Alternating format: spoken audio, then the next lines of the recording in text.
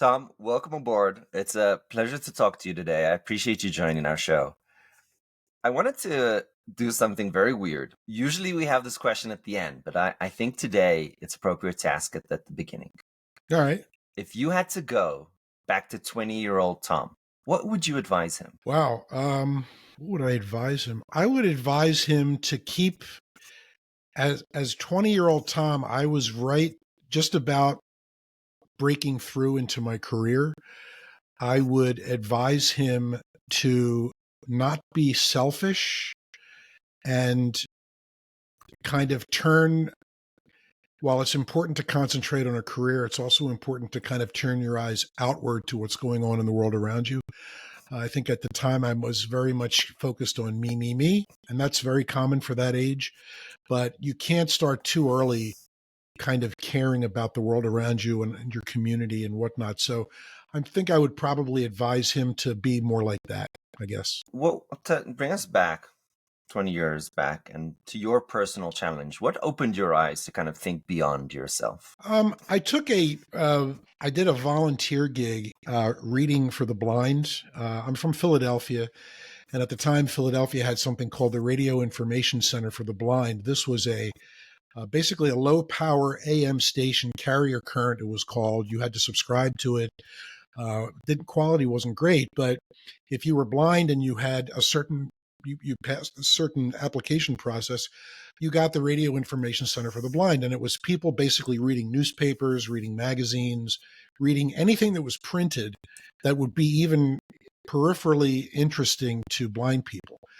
So I had some time on my hands and I said, I need to do something other than just, working and doing school. So I signed up to do this once or twice a week. And I really thought it was great. They were so happy to have me there as a volunteer, first of all. And it turned out that, I listened to the product and I found it barely listenable, but the audience was huge. And it was really like a service, like people actually appreciated having things read to them. So that was kind of the beginning of the idea that, doing stuff for other people, we should all be doing something for other people that we're not getting paid for. That's kind of where it started. Did you feel that your experiences volunteering, did that change you in any way? Yeah, I would say so. The main volunteer experience I've had was being on my local rescue squad as an EMT in Fanwood here in New Jersey for 20. I was actually practicing for 22 years. The last 3 years, I've been a life member. I don't actually go on calls anymore because of my back, my knee, my hip. Don't. Let's not even start. But it certainly shows you that people need each other. You can't just, for everything that exists in the world, and every time you need help, you just can't reach into your pocket and peel off dollar bills and pay people. We need each other. We need a network of support. We need neighbors. We need people who care about us, even, just kind of on the surface.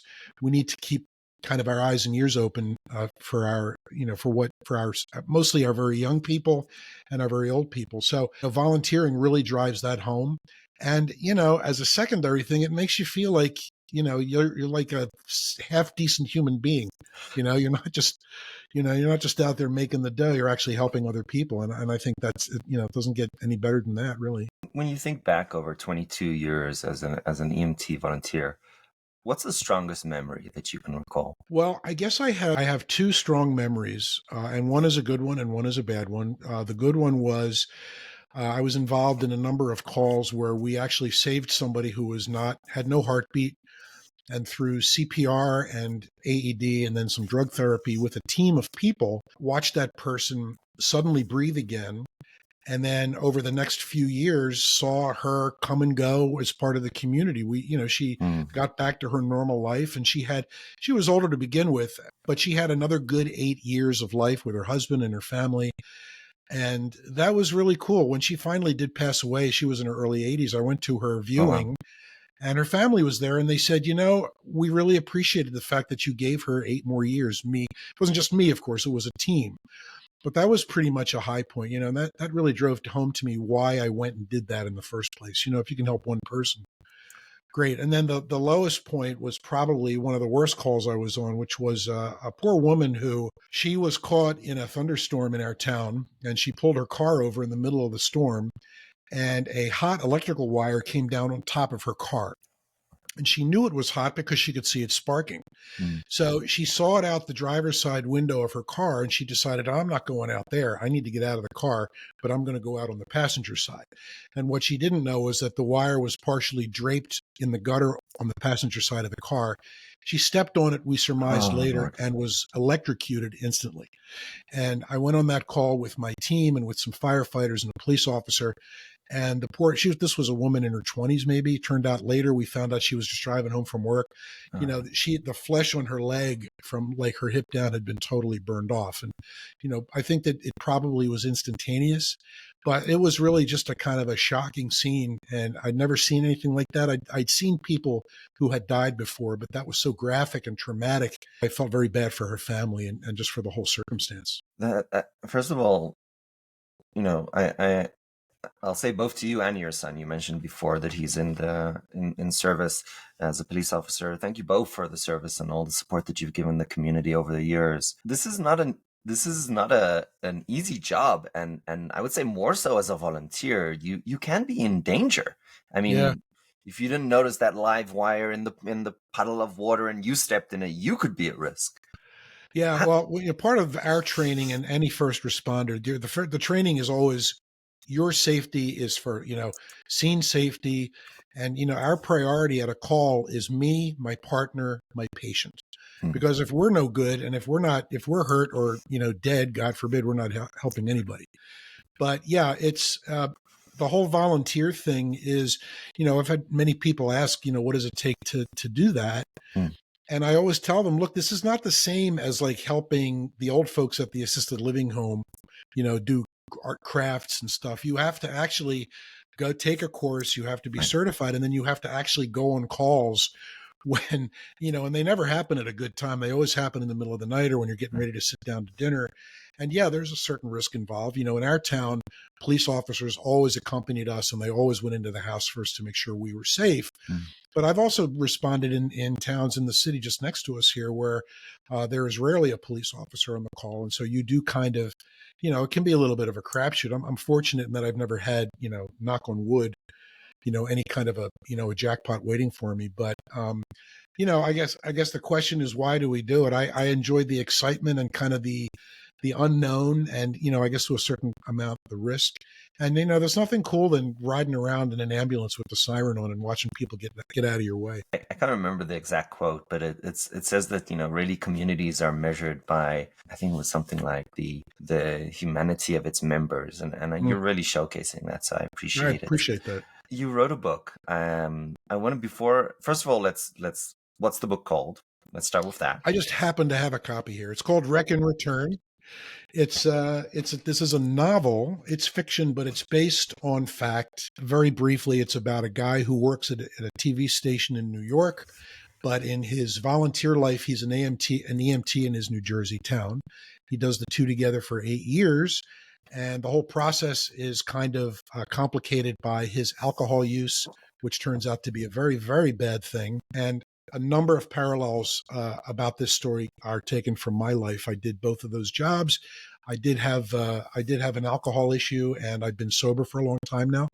But part of it was to basically write a kind of cautionary tale, and the bad thing that happened to my character in here did not happen to me, but it certainly could have. Crashing an ambulance while you're drunk on a call, that's not good. It's my feeling that people drive drunk all the time, and I'm sure there are responders out there who shouldn't be responding after they had alcohol like I did in real life. And as I said, bad things never really happened to me to that extent in my real life, but I had the freedom to write something really horrible in this piece of fiction here. So sorry I went on there a little bit, but that's kind of what we're about. I appreciate that. There's a few topics I wanted to touch on. Sure.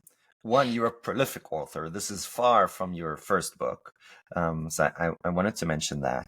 The thing that struck me as incredibly curious is, why did you go down the fiction route? And you have such an incredible story. Why did you decide to fictionalize it?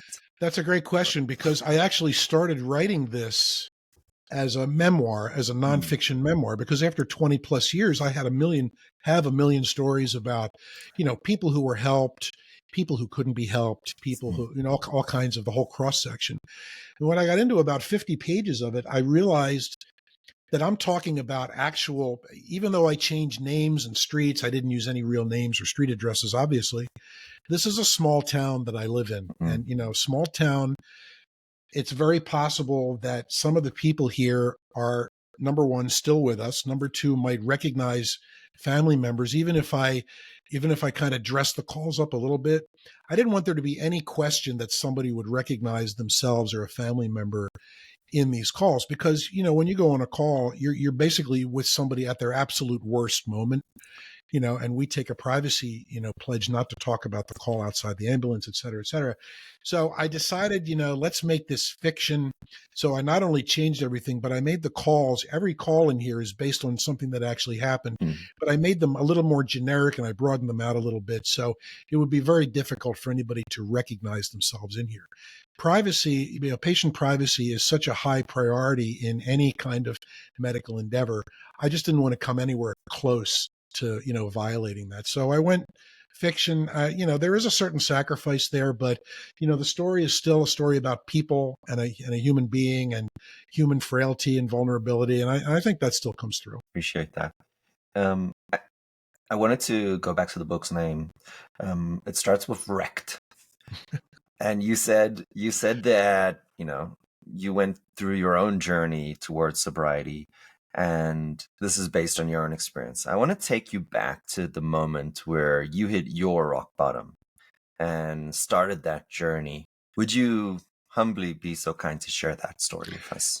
Sure. The good news is that I never got to the point where I wrapped my car around a utility pole. I never got fired. I never got arrested, which is kind of a miracle if you think about how many times I drove behind the wheel when I shouldn't have.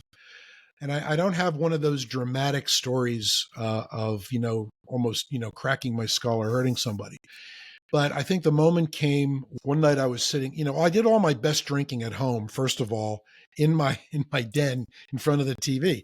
And, at that time, my sons were a lot younger. I quit drinking 23 years ago. So we're talking 24 or 5 years ago. And they're both grown men now. But, they were on the couch watching TV. I was watching TV. And I was at a point where I was falling asleep in my chair after having two or three or more drinks. Mm, And there was one night when my one son started saying, "Dad, Dad." And he said, "Dad." And I went, "What?" He said, "What did you mean by what you just said?" And I had no idea what he was talking about. I had mm, said something. I either dreamed it or I fantasized it or I was responding to the TV. I had no idea what he was talking about. And that's called a blackout in mm, the alcohol world. And I had another instance where my wife basically told me the next day that, I had, said and done a couple of things, nothing bad, but I just had absolutely no memory of it. And I instantly was taken back to the years when my dad, rest his soul, and my dad was not an alcoholic that I believe. I don't believe he was, but he did enjoy his alcohol at the end of his day, and he would fall asleep in his chair. mm, So I saw this image of me falling asleep in my chair, that this would be a lasting image that my sons would have. And couple that with having blackouts, to me, that was enough of a red flag where I needed to deal with it. And at the same time, at that time, I was seeing a therapist for a work issue I was having. My boss and I weren't getting along, and I thought, I was at least half the problem. And, those pesky therapists, they swoop right in on your sub. They ask you right away, "Do you drink alcohol? mm, How much do you drink?" And of course, my knee jerk reaction was the same as everybody else's. "Oh, I only have one or two drinks every night." And somebody who's been to many drunk driving accidents, that's the same exact answer that a drunk driver always gives you. "Oh, I only had two beers. Oh, I had two wines." mm, So I saw this happening in myself, and she was able to actually have me look in the mirror and say, "I want you, when you come back next week, tell me how much you really drink every night." So the combination of those factors really kind of came to a head when the night of July 3rd, 2001, I ran out of vodka. And instead of running to the liquor store, I said, "All right, let's not run to the liquor store. Let's have a mm, glass of plain tonic on the rocks. And that's what I did. And I did that one night, and I woke up the next day. I wasn't hungover and I didn't feel bad. And I said, let's do that another day. Suddenly 2 weeks went by. And after that, it was kind of history. The first 2 weeks were hard. And after that, I never looked back. So that's my very long story to your very simple question. I appreciate that. I wanted to ask about this gray line between understanding that you have a problem versus don't have a problem. Is there a simple answer to this that, it's a certain number of drinks, it's something that happens? Do you have to hit rock bottom?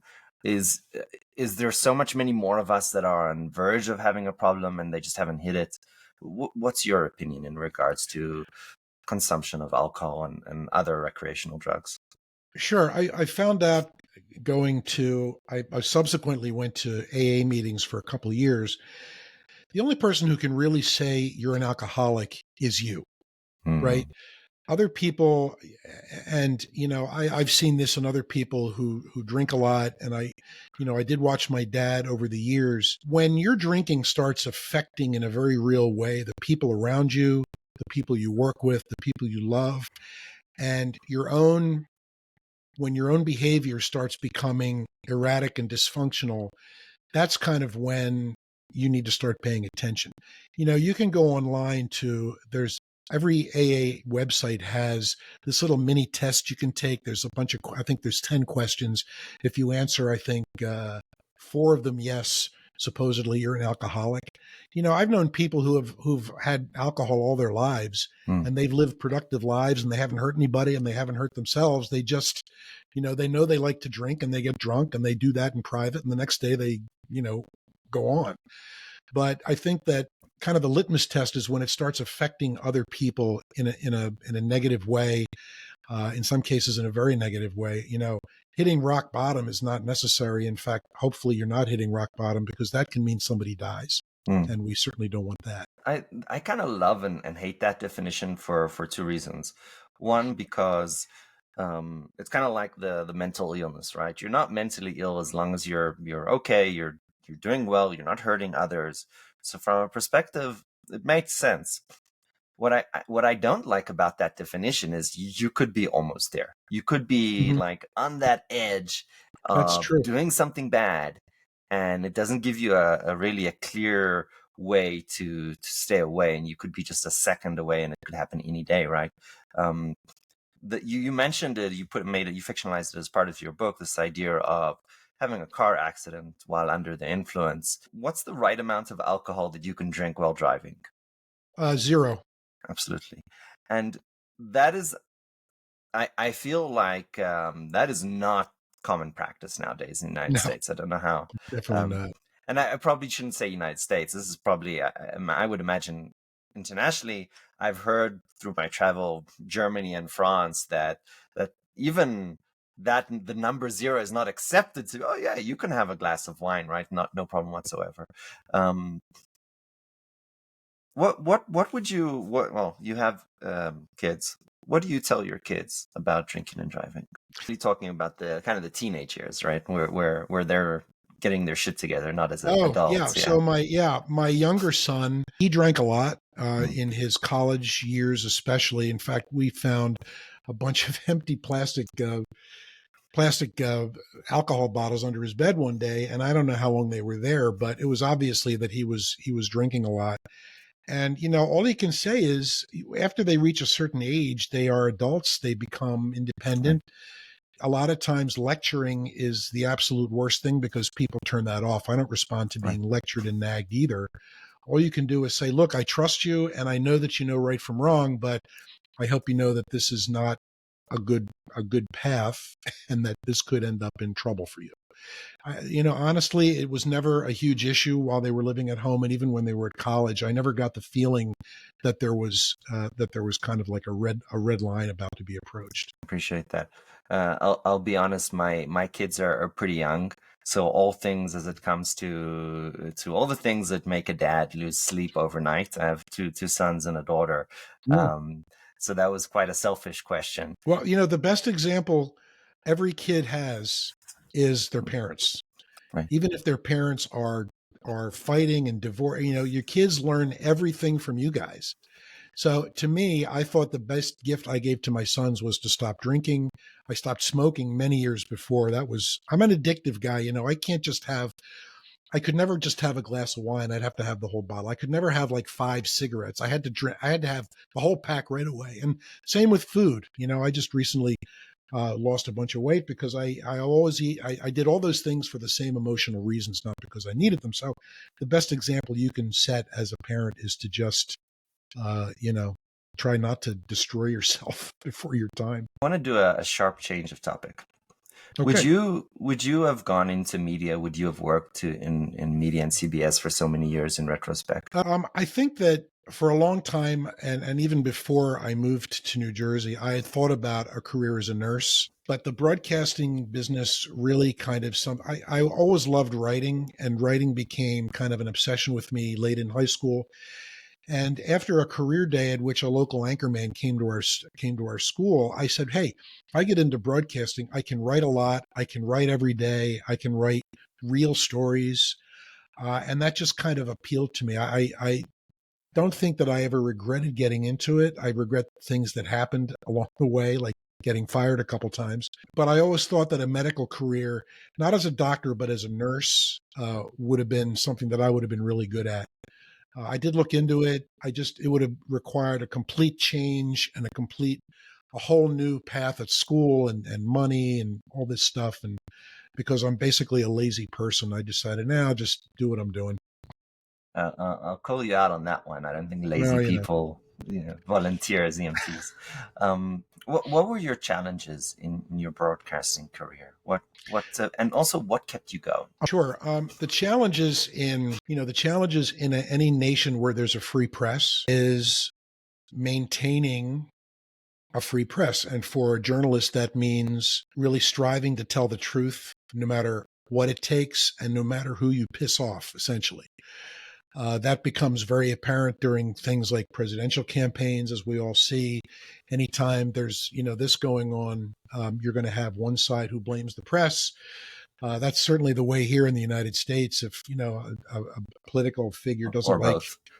yeah, that doesn't like the way things are going, one of the knee-jerk reactions is to blame the media. So it's always a challenge to not only tell the truth and to find the truth and find people who will tell you the truth, but then maintain that. Forbes magazine does a yearly of the most reviled and least respected jobs in America, and the last one is always like journalist, and the second to last one is like a lawyer, Right. right? Or no, an elected official. That's right. And I've been both, right? So I've been an elected councilman in my town and a journalist, and those are both, right down here. So that's an ongoing challenge, and it's getting harder and harder because news agencies in America and I think elsewhere, they're doing more with less. They're hiring younger people. They're getting rid of more experienced people. They're getting rid of layers of editorial checks.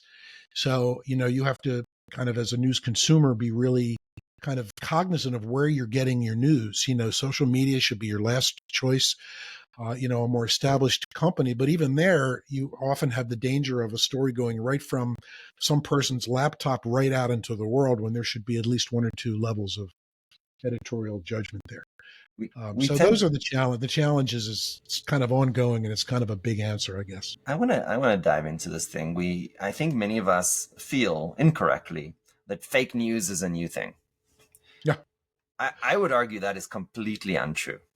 Fake news is not a new thing. However, I would say the advent of social media in the last 15, 20 years has really emphasized how much fake news there is out there. Social media changed everything.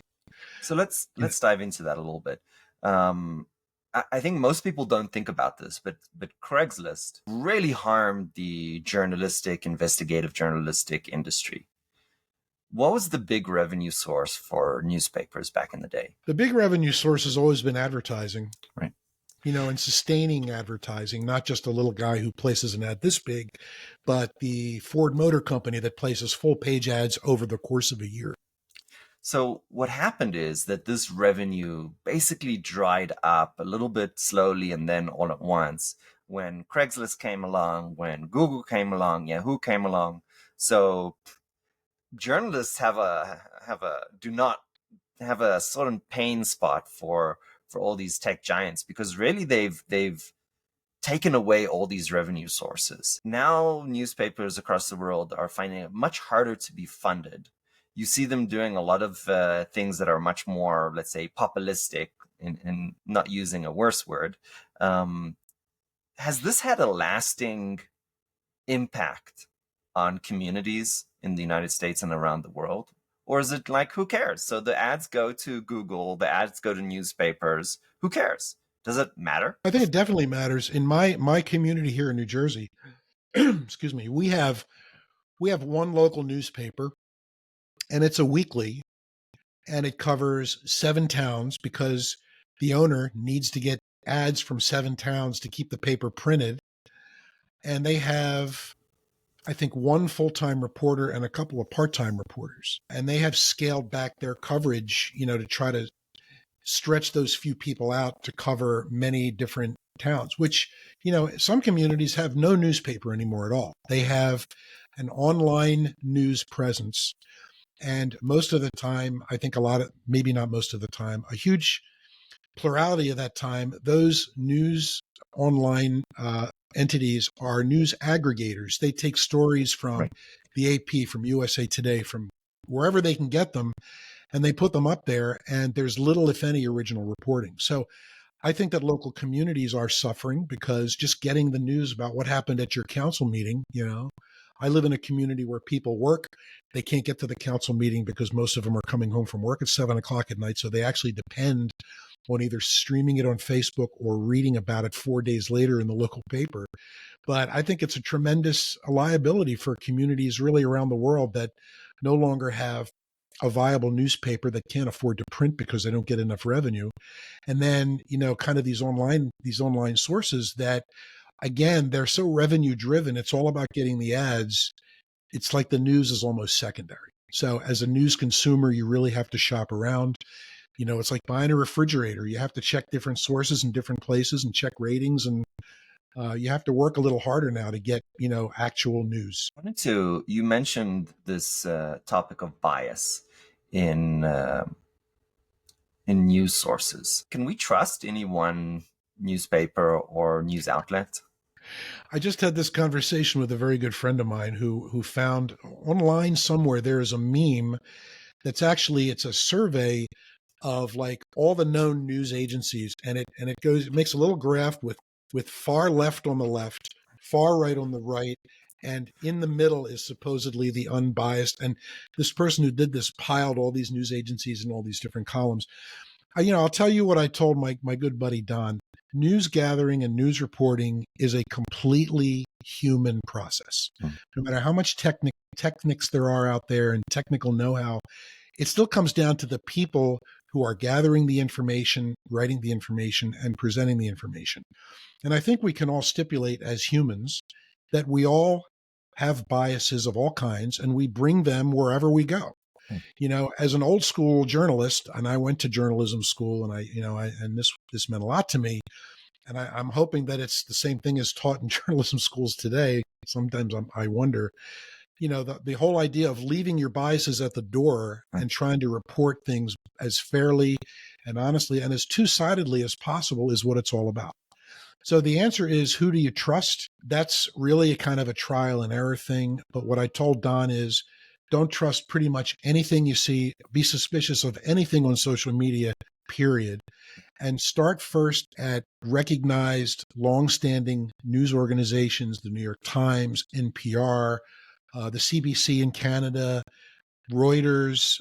There are local newspapers, the Philadelphia Inquirer, the Los Angeles. I mean, those papers have suffered too, but start with kind of the name brand people. And, some of these people have the reputation, some of these papers and news agencies have the reputation of being liberal or Right. conservative. I'd have to say that they all have editorial boards that express opinions as the board. Mm. But by and large, I really think that newspaper reporting and reporting by the traditional, hardcore, old school media in the United States has been pretty good. My dad used to say that the only way to get the truth was to read multiple sources. Absolutely. There is no one newspaper there that is Totally. fair and balanced. Um, Yeah, and I hope people do that. I have a feeling most people don't do that. They put Fox News on and they leave it on all day, or they read, the New York Post, which I personally would use to stick under my dog when he goes and does a number two. But that's just me. But this people tend to listen to and read what they believe. right. I think that's such an interesting thing because we used to kind of buy into our own dog food by reading a certain newspaper or a certain editorial that we knew was kind of regurgitating. It's a very human thing to want Yeah, to hear the things that support our belief system. It's actually an incredibly difficult thing to proactively decide. I'm going to challenge the things that I believe in. Are they true? Are they right? And totally true. I would argue it can even be dangerous, right? Mhm. Um, it's an uncomfortable life to challenge your own beliefs even on a weekly basis. Absolutely. I want to stick on this point for a moment. Do you think that's important for us in the United States specifically to challenge our own beliefs? Yes, I do. And, for all the reasons that you just stated, which basically is that it's really hard to do that as humans. Our nature is to stay in our tribe. But all you have to do is look at what's happening politically now. And we're not going to get into a protracted political conversation, but I think that in the last few years, we've seen people kind of choose sides more than they ever did. Right, I remember when, Republicans and Democrats, you could disagree, but you didn't hate each other and you didn't threaten to kill each other. Now that's actually happening. So I do think that's a problem, and I think a lot of it comes from that whole human instinct to kind of stay with your own and kind of right. protect your own. And it's a shame. I just wish that more people who watch MSNBC would occasionally tune into Fox and vice versa, and just kind Right. of get a little bit of the other side to try to walk in those people's shoes at least for a minute. I think the moment in time where I kind of woke up or became aware that there is a real problem is when I was talking to a um, this person that used to live in our area. Her son was in our kindergarten with my son, and the way she introduced herself was, "Oh, do you hate Trump too?" Ah, oh man. And I didn't know, I didn't know how to respond to that. And her Yeah. follow up to that was, and oh, don't worry, there we have nobody, no, and I was like, that doesn't feel right to me. Yeah, That that's feels. toxic, man. And she's teaching that to her kids. I want to ask you a question. Is this just a small thing, and we shouldn't really care about this? I would almost call it breakdown in our ability to talk to each other in the United States, or is this a real problem in your opinion? I think it can be a real problem when you look at other places in the world where people of, different tribes, I just use that word very broadly, but, when you look at the Middle East always comes to mind because they have intractable problems there that just seem like they're intractable. I think, in the United States, I keep hearing people who claim that, a civil war is possible. I don't know that it's ever going to get to that. But I think that it's a dangerous time, and that we saw on January 6th a couple of years ago that we came pretty close to that, and we saw what was possible. And in a country where so many people carry guns, it makes me concerned about what the next thing is going to be.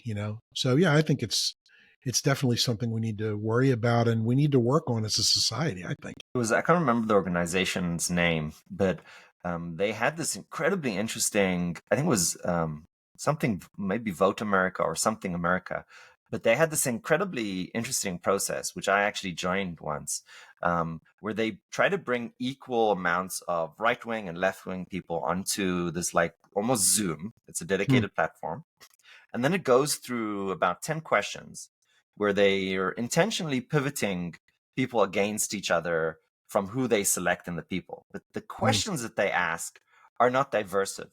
And what they show, and I thought this was incredibly interesting, that on almost every diverse issue that Americans are notoriously known for fighting about, there's actually much more that Americans agree upon Hmm. than they don't.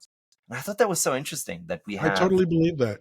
it shocked me, honestly. I mean, there's psychology biases at work here as well, but it surprised me that we actually agree on much more than we disagree upon it. And we even we talked about abortion, pro-life, pro all the things, all of the most difficult topics, and yet somehow a group of people were selected to have opposing spectrums came to Mhm. agreement at the end, and it kind of makes you wonder, um, you know, if there's a little bit here where both sides are really working to take issues that are ethical issues, Mhm. and there's no necessarily real right answer for an ethical issue, right? If we go back to the more classical examples, you know you got to pull a lever and you either kill your mother or you kill five people. Like, what's the right answer, right?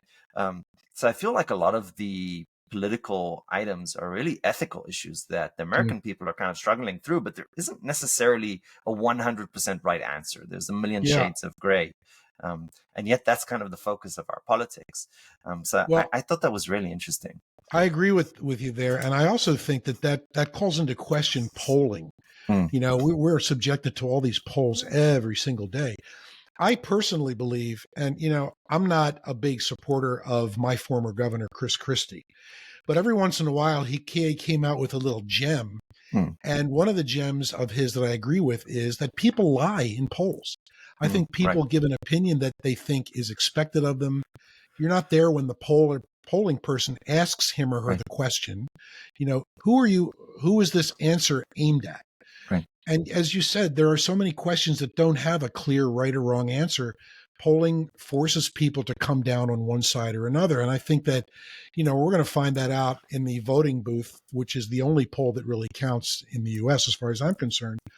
But how many people, really believe what what right, back in 2016, the media were all ready to call Hillary Clinton our next president because all the polls said that she was way ahead. right, And look, it turned out to be bullshit. It turned out that Donald Trump actually won. And why was that? Because, I think a lot of people lied, but I think also the media didn't completely do its job that time and just kind of report. But yeah, I think that you're totally right. I think that we have more in common than we will even admit to the right. people on the other side. There's a lot of scientific research in the domain of social psychology that shows you can completely change how people will answer an item of a specific topic based on how you ask the question.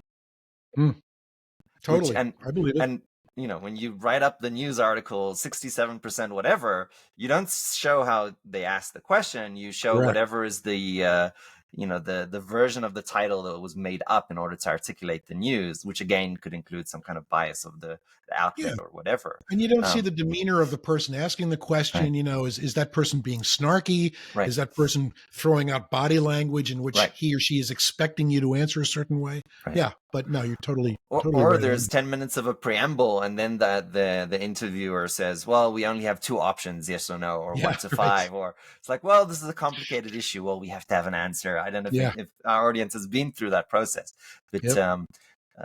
there is as in all things, there's a level of complexity in the Yeah, psychology that totally. goes in there. Wonderful. Tom, what a wonderful discussion. I really appreciate you coming on today. I think we touched on a lot of really interesting questions and topics. I want to ask you one last piece of advice. A lot of our audience are, young people starting off their career, navigating what I think today is kind of incredibly complicated times where we kind of walk through this, right? It's not trivial what is the right answer. What would you advise our young listeners today in regards to a longer term vision of their life and making good decisions?